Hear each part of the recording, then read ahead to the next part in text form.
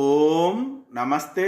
ఆత్మీయులకు దేవదేవుని ఆశీస్సులు, వాగ్దేవి యొక్క ఆశీస్సులు మనందరికీ మంచి విద్య, మంచి బుద్ధి, మంచి జ్ఞానము లభించాలని అమ్మవారిని, వేదస్వరూపిణి అయిన ఆ భారతిని మనసారా ప్రార్థన చేస్తూ ఉన్నాను. సరస్వతి నమస్తుభ్యం వరదే కామరూపిణి అని అక్షరాభ్యాసం చేస్తూ మంత్రపఠనం మనం చేస్తాము. సరస్వతి యొక్క స్వరూపము వాక్కు అని, ఈ వాక్కే వేదములు అని మన పూర్వీకులు మనకి తెలియజేశారు. ఓం ప్రణో దేవి సరస్వతి వాజేవిర్వాజినీవతి ధినామవిత్ర్యవతు మహాసరస్వత్యై నమః అనేది వైదిక మంత్రము, వేదాలలో ఉన్నది.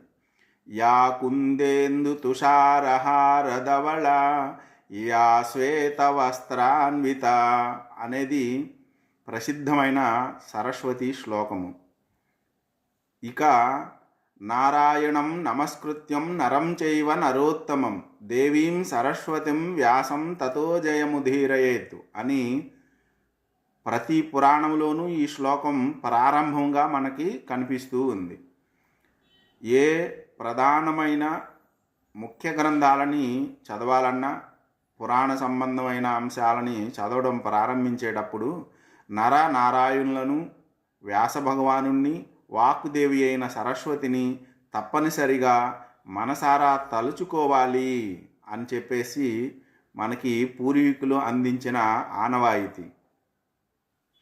బమ్మెర పోతన గారైతే శ్రీమద్భాగవత ప్రార్థనా శ్లోకాలలో సరస్వతి అమ్మవారిని గురించి చక్కని పద్యాన్ని కూడా మనకి అందించారు. దానిని కూడా మనం కంఠాపాఠం చేసి అనుసంధానం చేయడం అనేది ఎంతో విశేష ఫలితాన్ని మనకి అందిస్తూ ఉంది.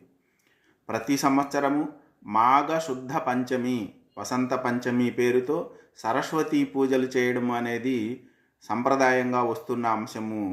సరస్వతి అంటే వాక్కునకు అధిదేవత, బ్రహ్మదేవుని యొక్క వాక్కే సరస్వతి. ఆ స్వరూపమే వేద స్వరూపము. మనకి గాయత్రి, సావిత్రి, భారతి అనే స్వరూపాలలో వేదమాత ఉపాసనాయోగ్యంగా మనకు లభిస్తూ ఉంది. గాయత్రిని ఉపాసించాలా, సావిత్రిని అవగాహన చేసుకోవాలా, భారతి ఈ అమ్మవారి స్వరూపాన్ని కూడా అనుసంధానం చేసుకోవాలి. ఈ విధంగా